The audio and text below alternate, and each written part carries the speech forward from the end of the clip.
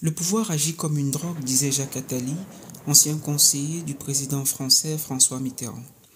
Dans son ouvrage Verbatim, il écrivait « L'exercice du pouvoir ramène à l'essentiel, il grossit le caractère des êtres comme la loupe ceux de l'imprimerie. Il est une drogue qui rend fou quiconque y touche, qui corrompt quiconque s'y installe, qui détruit quiconque s'y complaît. » Un constat sans appel qui révèle au moins deux vérités. D'abord que le pouvoir, comme toute drogue, séduit avant de rendre dépendant. Ensuite qu'il possède un pouvoir destructeur bien réel.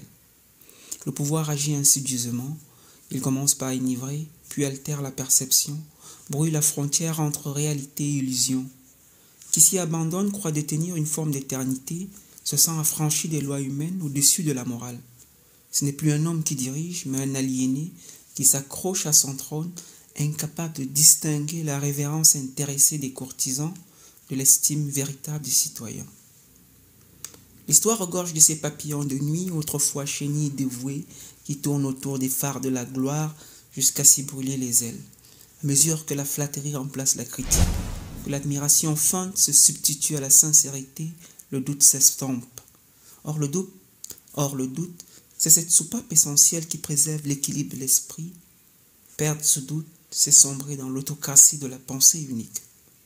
Pourtant, tout n'est pas noir. Le pouvoir peut aussi être une force constructive, à condition de ne pas le considérer comme un privilège, mais comme une responsabilité.